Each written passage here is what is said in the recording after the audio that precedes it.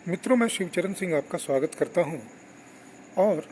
आज जिस विषय पर मैं बातचीत करने जा रहा हूं उसकी भूमिका में आज से हजारों वर्ष पूर्व के इतिहास में जाकर उस भूमिका को स्थापित करना चाहता हूं। मैं बात तो करने जा रहा हूं supreme court of India, chief justice of India और एलजीबीटी के संदर्भ में जिस तरह की एक कह लें कि डेंजरस नैरेटिव को तैयार किया जा रहा है, जिस तरह से पाश्चात्य संस्कृति से उपजे हुए एकदम समाज को तोड़ करके नारकीय बना देने वाली जो कुरीतियां उपज रही हैं, उन्हें भारतीय समाज पर आरोपित करने के संदर्भ में जिस तरह का एक कैंसिल कल्चर कह लें, वोकिज्म कह लें, वेस्टर्न कल्चर कह लें, इन सब चीज़ों को आरोपित करने को लेकर के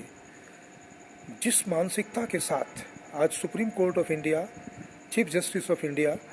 LGBTQ+ के संदर्भ में एक नैरेटिव को तैयार कर भारतीय समाज पर, सिर्फ नैरेटिव को तैयार नहीं, क्योंकि सुप्रीम कोर्ट ऑफ इंडिया एक ऑथोरिटी है, CJI एक ऑथोरिटी है, वह इन चीज़ों को सिर्फ आरोपित नहीं कर सही, इन्हें आरोपित करके सिर्फ एक नैरेटिव का निर्माण ही नहीं कर रही है, बल्कि गलत करने वाले लोगों, रोगी लोगों की मानसिकता, रोगी लोगों की एक ऐसी फौज को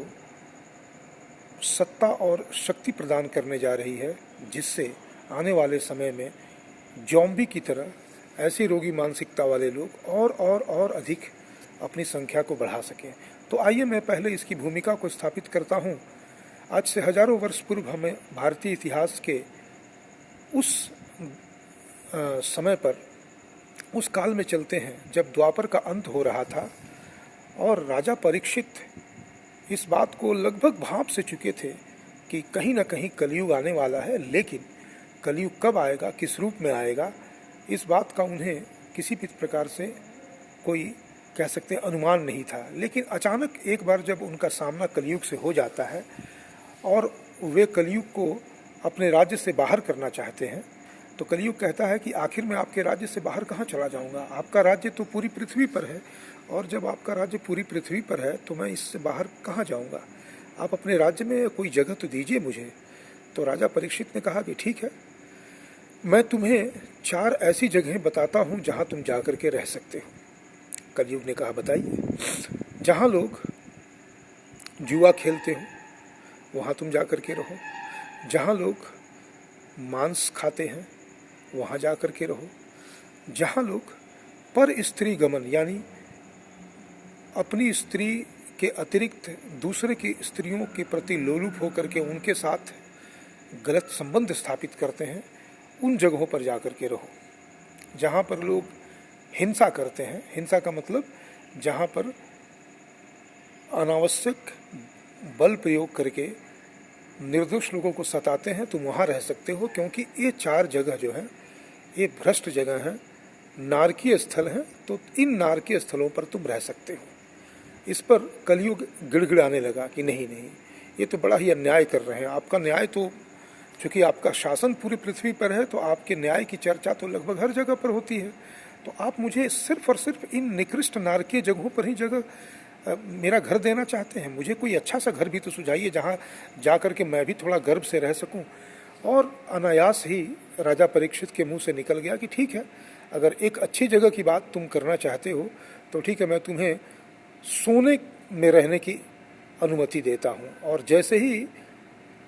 सोने में रहने की अनुमति मिलती है तो सबसे पहले तो वह राजा परीक्षित, जो स्वयं उस समय स्वर्ण मुकुट पहने हुए थे, उसमें जाकर के वो प्रवेश कर जाता है। लेकिन इसके बाद जो राजा परीक्षित और कलयुग की वार्ता अधूरी रह जाती है, उसको मैं अपनी कल्पना से पूरी करना चाहता हूँ। राजा परीक्षित तो चले जाते हैं, 4 जगह नारकीय स्थल दे देते हैं, एक सोने का, लेकिन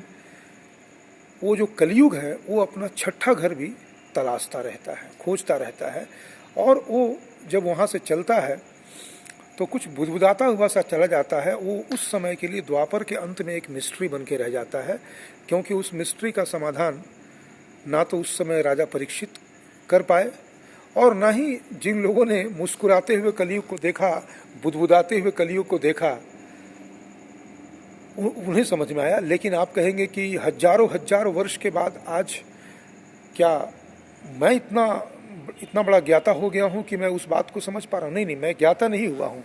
मैं उसकी मुस्कुराहट को इस प्रकार से समझ पा रहा हूँ कि आज जो घटनाएं घट रही हैं, तो उस तार को मैं जब जोड़ कर देखता हूँ तो मुझे कलयुग की हंसी और उसमें छिपे हुए जो उसकी मिस्ट्री है वो मैं समझ पा रहा हूँ। The miasma of mystery which the Kalyug indicated while accepting the 4 hellish places to dwell in and the 5th golden place to dwell in, he had in his mind a 6th house also. जो छठा घर है वो घर है आज का supreme court, वो छठा घर है चीफ जस्टिस ऑफ इंडिया। तो इस छठे घर में कलयुग ने अपना प्रवेश कर लिया है, और प्रवेश तो जब से सुप्रीम कोर्ट है तब से किया, लेकिन अब वो अपने, जिसे कहते हैं ना कि अब वो अपना सिर उठा रहा है। द कलयुग is raising it's hood with the help of the chief justice of India Chandrachud, supreme court of India. ये मैंने एक रूपक, एक भूमिका दी है। आज मामला क्या है? देखिए, सुप्रीम कोर्ट में पिछले 2-3 दिनों से LGBTQ+ पे एक डिबेट हो रहा है। इसे एक कानूनी मान्यता देने के लिए, सामाजिक मान्यता तो इसे कभी मिलेगी नहीं। तो जब कानूनी मान्यता किसी चीज़ को मिल जाती है तो फिर वो धीरे धीरे करके समाज भी उसको कहीं ना कहीं किसी न किसी क्षेत्र में स्वीकार करना शुरू कर देता है। तो आप में से लगभग सब लोग इस बात को जानते होंगे कि LGBTQ क्या है। L का मतलब होता है लेस्बियन, G का मतलब होता है गे, B का मतलब होता है बाइसेक्सुअल, LGBT ट्रांसजेंडर, और LGBTQ का मतलब होता है क्वियर, और उसके बाद जो प्लस है उस प्लस में लगभग 70-72 पूरा मिला करके ऐसे जेंडर की चर्चा ये लोग करते हैं। और इनका जो आधार है, ओक आधार है, जिस पे अभी चर्चा सुप्रीम कोर्ट में चल रही है कि भाई देखिए, कोई नर के शरीर में रहते हुए भी, नर अंगों के साथ भी, नर अंगों से मतलब है कि मेल सेक्सुअल जेनिटाइल्स के रहने के बाद भी वो अंदर से फीमेल हो सकता है। तो उसका जो फिजिकल बायोलॉजिकल जेंडर है दैट इज़ इमटेरियल, उसका जो मेंटल जेंडर है दैट इज़ मटेरियल। इसलिए अगर कोई पुरुष है यानी कोई मर्द है तो वो औरत भी हो सकता है, कोई अगर महिला या औरत है तो वो भीतर से पुरुष की तरफ फील कर सकते हैं। और इस तरह से करके इस पे आप जाएंगे तो 72 तरह की बातें आती हैं। ट्रांसजेंडर में भी कई तरह की डिविजन्स हैं। उसमें एक नॉर्मल ट्रांसजेंडर है, फिर वो नॉर्मल के अंदर में अगर वो पुरुष तरह की तरह दिखने वाला है तो उसके अंदर महिला है, वो महिला की तरह दिखने वाला तो उसके अंदर पुरुष है, वो महिला की तरह दिखने वाला है उसके अंदर एक महिला ही है, और फिर वो कुछ दिनों के बाद पुरुष के रूप में हो जाता है, फिर वो पुरुष होने के बाद कुछ दिनों के बाद फिर महिला के रूप में, ऐसे करके ये जो डिविजन्स हैं वो so on and so fourth के रूप में आगे बढ़ जाते हैं। तो सुप्रीम कोर्ट जिस बात की वकालत कर रहा है और जिसका जवाब भारत सरकार की ओर से जो सॉलिसिटर जनरल है तुषार मेहता वो दे रहे हैं, उनका कहना है कि भाई देखो, जो फिजिकली मैन है, जो नेचुरली मैन है with normal and natural male genitals, he is only man, और जो फिजिकली या बायोलॉजिकली फीमेल है वही फीमेल है। और इसको हम फर्दर डिवीज़न ना करें तो सवाल है कि इसमें जो चंद्रचूड़ सुप्रीम कोर्ट का जो चीफ जस्टिस है वो चाहता है कि नहीं भाई, इसको एक सामाजिक मान्यता ही ना मिले, बल्कि जो transgender, lesbian, gauge, bisexual, queer, ये सारे लोग हैं उनको आपस में विवाह करने की सुविधा मिले। वे चाहे तो विवाह करें, सामाजिक रूप से कहीं जाएं, उन्हें उनके लिए पब्लिक टॉयलेट एक सेपरेट हो जहाँ पर वो कह सकते हैं कि वो जेंडर न्यूट्रल टॉयलेट हो, जहाँ ये नहीं लिखा है कि सिर्फ मेल और फीमेल। अक्सर हम जब सार्वजनिक जगहों पर जाते हैं तो हम देखते हैं कि वहाँ पर लिखा होता है मेल और फीमेल, यानी अगर मेल हैं तो आप, अगर मर्द हैं तो सिर्फ मर्द लोग उसमें जा सकते हैं। फीमेल यानी सिर्फ महिलाएं जा सकती हैं, लेकिन एक जो होगा जेंडर न्यूट्रल होगा, वहाँ कोई भी जा सकता है। बगल में एक महिला हो और उसके ठीक बगल में ओपनली अगर कोई एक मर्द दिखने वाला हो तो दोनों एक साथ कह सकते हैं। अगर लड़की कहती है आई एम सॉरी, मैं तो मर्द की तरह फील कर रही हूँ इसलिए तुम, तो वो कहेगा कि ठीक है, it's all right, I was also feeling like a female ना। तो ऐसे तरह के जो इस तरह की नारकीय सोच को जो समाज में जन्म देने का जो एक अभियान चल रहा है, तो आप समझ सकते हैं कि कलयुग की मुस्कुराहट का राज क्या था। आखिर तुम चाहते क्या हो? Supreme court of India, chief justice of India Chandrachud, ये जो तुम विदेशों से पढ़ के बड़ी बड़ी डिग्रियां लेके आए हो, इन डिग्रियों का जो भारतीय समाज में भारतीय मूल्यों की तराजू पर अगर रखें तो वो कहीं खड़ी नहीं होती है, तुम्हारा वो आकाश में टंग जाएगा वो। क्योंकि इस पे हम लंबी डिबेट कर सकते हैं, क्योंकि जिसके पास दूरदृष्टि नहीं है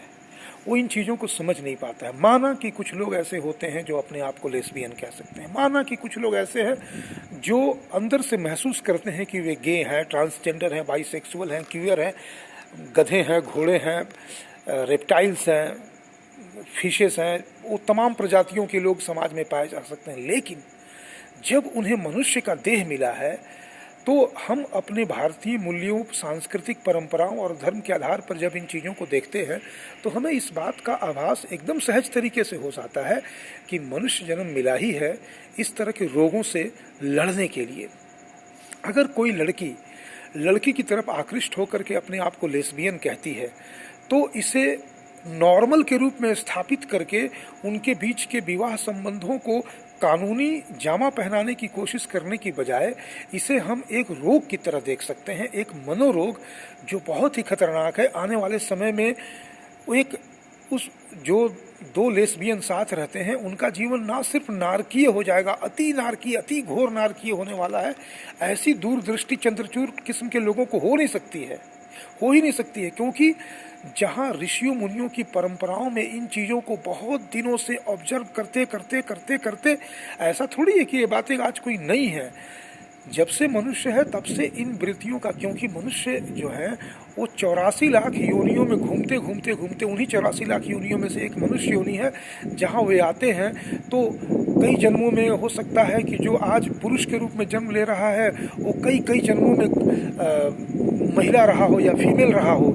जो एक फीमेल के रूप में जन्म लेने वाली जो एक औरत है, एक महिला है, वो कई जन्मों में हो सकता है पुरुष के रूप में रही हो। कर्म सिद्धांत के आधार पर जो जन्म मिलता है उसमें पूर्व जन्म की जो वृत्तियां हैं वो संस्कार के रूप में हमारे मनों में, हमारे चित्त में संरक्षित रहती हैं, उसके अनुरूप हमारा आचरण होता है। लेकिन मनुष्य योनि मिलने के साथ उस आचरण में एक चीज की और अभिवृद्धि हो जाती है, वो होता है हमारे यहाँ कि हम वर्णाश्रम में रहते हैं। वर्णाश्रम, वर्ण व्यवस्था और 4 आश्रम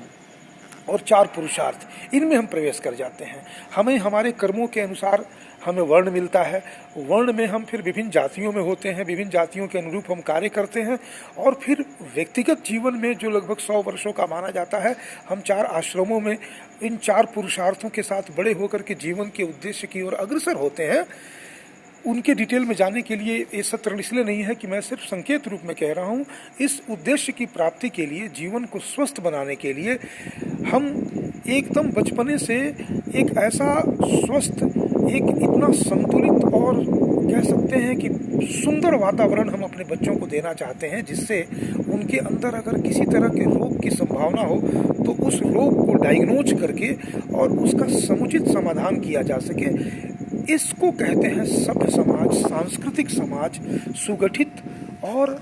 कह सकते हैं कि एक फलता फूलता हुआ समाज। इस फलते फूलते हुए समाज का नाम ही भारत है। और ऐसे ही फलते फूलते हुए स्वस्थ समाज को असंतुलित, रोगी और नारकीय करने का प्रयास आसुरी वृत्तियां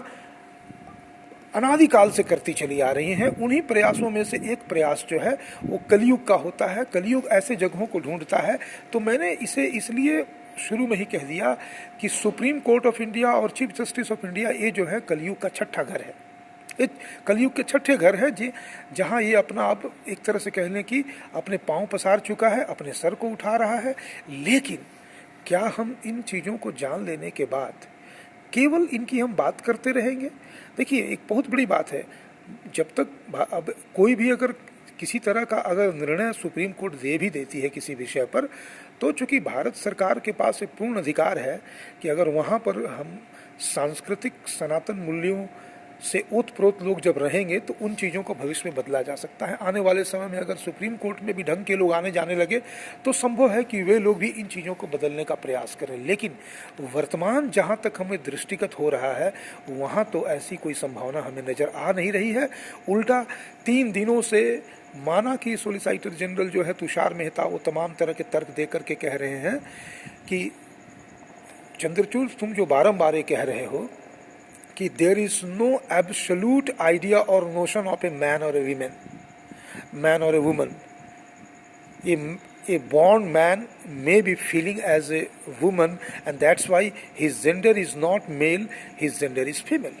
A woman, on the other hand, may be born as a natural woman but may have been feeling as a man since her childhood, and that's why she may not be considered as a female just because she has female genitals. She will be considered a man because she has been thinking. So the notion of man or woman is not absolute, जैसा कि चंद्रचूड़ इस हमारे देश को पढ़ाना चाह रहा है। और ऐसे लोग, ऐसे जो खतरनाक किस्म के जज होते हैं, इनका यही कार्यक्रम है। कहने का मतलब है कि एक ऑथोरिटी मिल जाने के बाद ये अपनी बातों को भोंपू की तरह चिल्ला करके कहते हैं, और जो सो कॉल्ड बहुत ही छोटा सा रोगी समाज है, जिन लोगों ने अपने ऑर्गेनाइजेशंस बनाए हैं और उनके साथ सहानुभूतिपूर्व तरीके से मीडिया भी बात करती है। मैं नहीं कह रहा हूं कि उन्हें किसी तरह से लथाड़ा जाए, उनके साथ किसी तरह की कठोरता की जाए, लेकिन सहानुभूतिपूर्ण तरीके से व्यवहार करने का ये मतलब कदापि नहीं हो सकता है कि उनके रोग को पैम्पर करके और बढ़ाया जाए, जो कि अक्सर हम देखते हैं कि मीडिया वाले हों, ये जो सुप्रीम कोर्ट का कॉरिडोर हो या फिर भारत के और लोअर किस लेवल के जो कोर्ट्स हों, वो उनके इस बीमारी को they pamper the disease, they don't try to cure it. हमारा उद्देश्य है कि ये जो LGBTQ समाज में ऑर्गेनाइजेशन में जुड़े हुए लोग हैं, और समाज में ऐसे बहुत सारे छिपे हुए लोग हो सकते हैं जो कि इस तरह के खतरनाक दुष्चक्र में पड़ करके जीवन को नारकीय बना करके अंत में वो आत्महत्या तक की कगार पर पहुंच जाते हैं। इस रोग को समय पर डिटेक्ट कर लिया जाए। उन्हीं में से कुछ लोग ऐसे हैं जो इस रोग को एक्सेप्ट करते हैं कि ये हमारा लाइफ पैटर्न है और इसको एक लीगल सैंक्टिटी और लीगल सैंक्शन मिलना चाहिए, जिसके लिए चंद्रचूड़ और सुप्रीम कोर्ट लगा हुआ है। तो कहने का मतलब है कि क्या सभ्य समाज यूं ही बैठ करके देखता रहेगा? इनके निर्णय को आ जाने के बाद अगर ये जो LGBT वाले जो अजीबोगरीब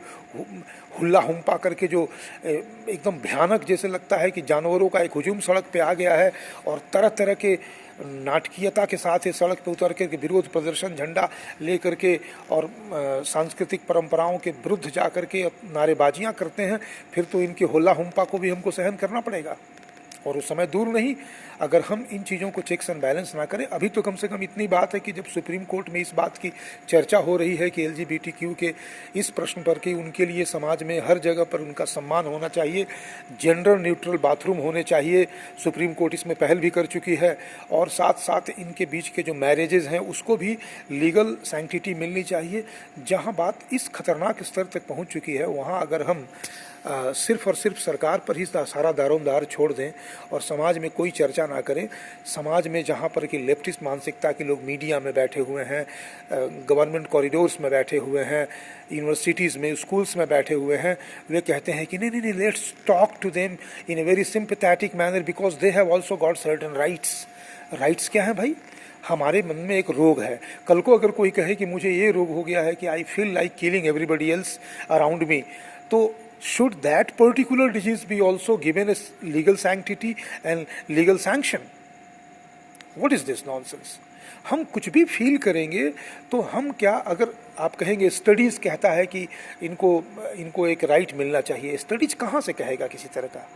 विदेशों में जो घटनाएं घट रही हैं उनके पास जो आज जो कानूनी जामा पहनाने का प्रयास किया जा रहा है उसका कितना पुराना इतिहास है, कितना लंबा इतिहास है। मानवों पर जो परीक्षण होते हैं, जिस तरह का इसको स्टडी कहते हैं, जो आप कह सकते हैं कि एक लंबा उनके साथ जो एक जैसे कहा जाता है ना कि भाई इस पर अनुसंधान किया गया, रिसर्च हुआ,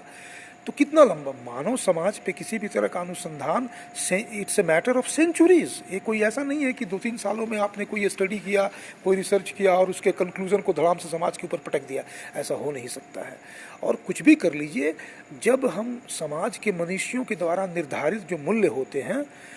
उन मूल्यों में जो निर्देश होते हैं उनका पालन करना, और जिन चीज़ों की चर्चा नहीं की जाती है, जिन्हें एक ब्रॉड कैटेगरी बना करके कि देखो भाई ये दुष्वृत्तियां हैं, ये नारकीय कृत्य हैं। आखिर राजा परीक्षित ने कलियुग को क्यों कहा कि तुम वहाँ जा कर के रहो जहाँ पर लोग जुआ खेलते हैं?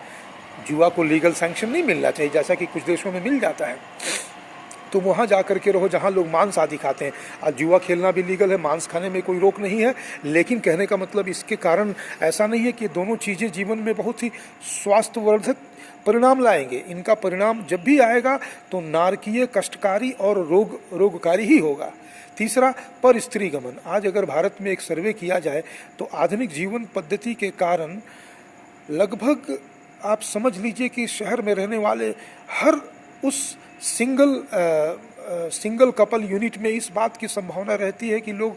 अपने स्वतंत्रता के कारण, अपने अधिकारों की मांग करने के कारण, we are free to do, और वो तो कहता है ना, सुप्रीम कोर्ट की इसी CJI ने तो कहा था कि अगर आपकी पत्नी के साथ आप जबरदस्ती करते हैं तो वो बलात्कार होगा, और अगर आपकी पत्नी अगर किसी और के साथ अगर कुछ करती है तो यू कांट स्टॉप हर। जहाँ इस तरह के गंदे गंदे छिछोरी बातें होती हैं, वहाँ पर जो पर स्त्री गमन, जो कि एक कह सकते हैं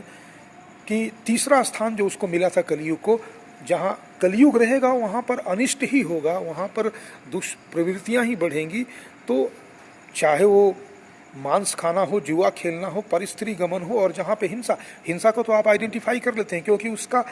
परिणाम आपको प्रत्यक्ष दिखता है कि इससे हमें चोट लगने वाली है। But you fail to identify पर स्त्री गमन, you fail to identify meat eating, you fail to identify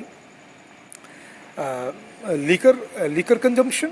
क्योंकि इन तीनों को आपने सामाजिक रूप से एक्सेप्ट किया है। केवल एक शराब पी लेने से ही कितनी तरह की अपराध की प्रवृत्ति अंदर जागृत हो जाती है। लेकिन हिंसा, पर स्त्री गमन, शराब पीना, मांस खाना, इन चारों के अतिरिक्त जो सोना है उसे तो हमने एक तरह का कह ले कि वो एक राजा परीक्षित के द्वारा दिया गया एक उस तरह से कहें कि एक उदारवादी वृत्ति थी कि भाई चलो तुम इस काम को कर लो। लेकिन मैंने जो उस रूपक को एक एक्सटेंशन दिया है वो इसलिए दिया है कि उस एक्सटेंशन का अर्थ सिर्फ इतना है कि भाई कलयुग जो है केवल इन्हीं 5 जगहों पर नहीं रहता है, वो अपने 6ठे, 7वें, 8वें, 9वें घर को ढूंढता रहता है। और आज संयोग से सुप्रीम कोर्ट ऑफ इंडिया और चीफ जस्टिस ऑफ इंडिया उसके 6ठे घर के रूप में प्रतिष्ठित हो चुके हैं। और सभ्य समाज का ये पुनीत कर्तव्य है, आज का पुनीत और अपरिहार्य और अनिवार्य कर्तव्य है कि इस तरह की दुष्प्रवृत्तियों को ना सिर्फ नीप इन द बड किया जाए, बल्कि पुरजोर विरोध करके और समाज में एक ऐसी जागरूकता भी लाई जाए जहाँ पे लौंडे छोंडे किस्म के LGBT समाज के लोग सड़कों पर निकल करके हो हुल्ला करके या नारेबाजियाँ करते हैं, और फिर मीडिया और बाकी और अन्य जो इकोसिस्टम में, जो वामपंथी कॉरिडोर के इकोसिस्टम में बैठे लोग हैं, वो जस्टिफाई करते हैं कि no we shouldn't be harsh on them, we should look at them and we should accept their rights as human rights because they also need sympathy of the society. Sympathy उन्हें चाहिए, but they don't need sympathy to carry on the disease they are infected with. They need sympathy of the society to get rid of the disease. That is what I would like to say. I hope a conscious society will be able to penetrate the required amount of wisdom into the skull of Supreme Court of India and the Chief Justice of India at least. आज के लिए इतना ही। ये ऐसा विषय नहीं है कि इसे सिर्फ एक सत्र में खत्म किया जा सकता है। We shall continue to discuss and argue over this bloody question of diseased LGBT.